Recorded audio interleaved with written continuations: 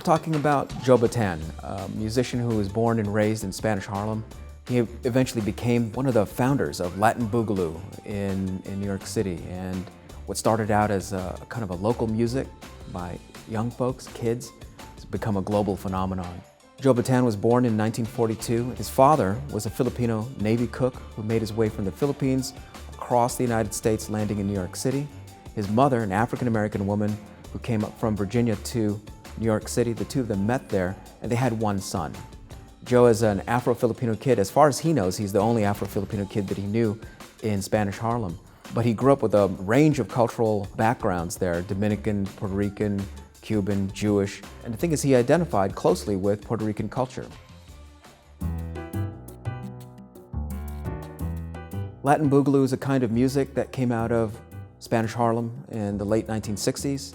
And what it does is it combines Latin polyrhythms with Philly soul, American R&B. And then also what's new about that generation too was they used English lyrics. So it was really music for a new generation, not like their parents' generation.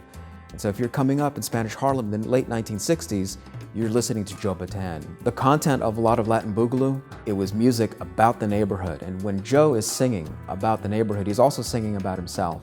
One of his most popular songs is a song called Ordinary Guy.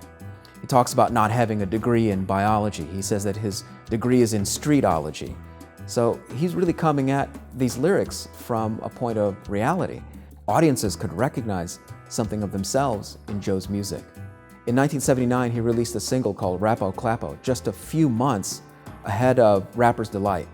And if we think about Rapper's Delight now, it's kind of synonymous with hip hop.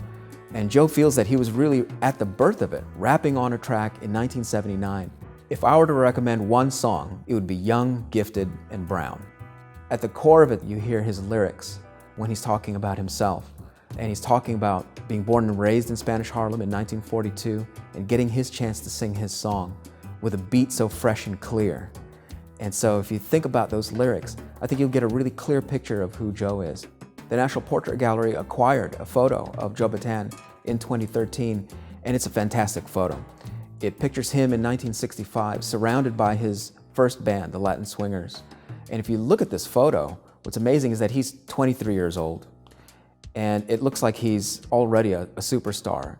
He's surrounded by his band members, but all of his band members are young teenagers from the neighborhood, and they're all looking older than they really are. They've got tuxedos and bow ties, they're carrying their horns, and they look like a really sharp-looking little army with Joe as the general sitting in the middle.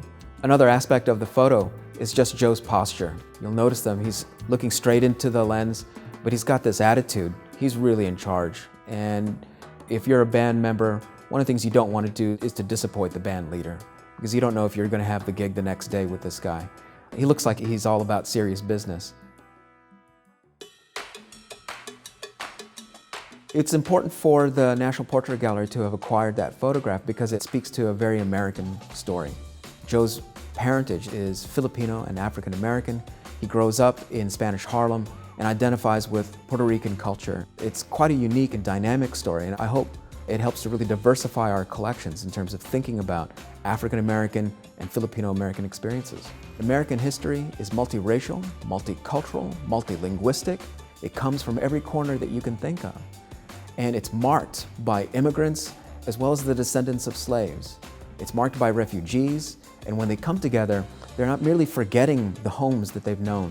They're not merely forgetting the traditions that have been handed down. They're remaking those traditions. They're remaking them in terms of fashion and food and also music.